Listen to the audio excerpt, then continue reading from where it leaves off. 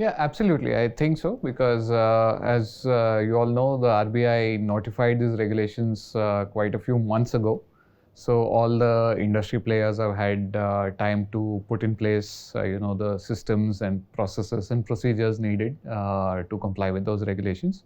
At PayU Finance, in specific, we will be fully compliant with the regulations starting October 1. So the new digital lending guidelines, I think, is much needed. It brings about a clear understanding of the rules and regulations in the space. It is fantastic because it provides for very good customer disclosures and protection. All the rates, fees, charges, etc. are disclosed upfront to customers, and regulated players will obviously benefit because this weeds out all the unlicensed, unregulated players who have been operating in the space. And it will provide a much needed fillip to the industry because as the industry formalizes, you have more and more choice for the customers and legitimate choices.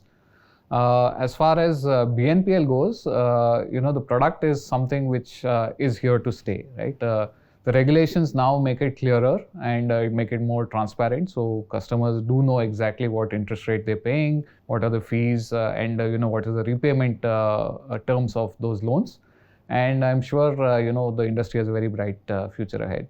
So co-lending is something we already do with a large number of financial institutions. Co-lending brings about two benefits because it brings the balance sheet strength of the larger partner, which is a bank or say a very large NBFC, and brings the sourcing strength of the smaller partner who's able to source these kind of loans, and together offer a product which neither of them individually would have been able to offer to customers. So it's bringing the best of both worlds to the customer, right, and playing on the strengths of both individual lenders. We're very open to new partnerships. I mean, we're always in the market for more.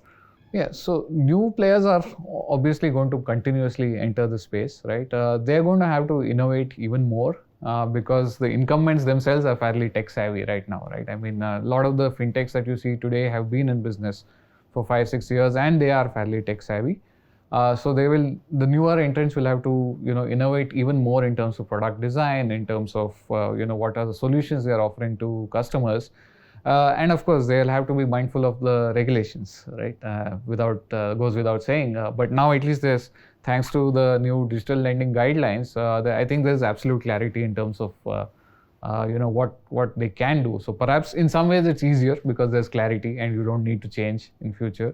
In some ways it's tougher because, you have a bunch of incumbents already there. So it's a mix of both worlds.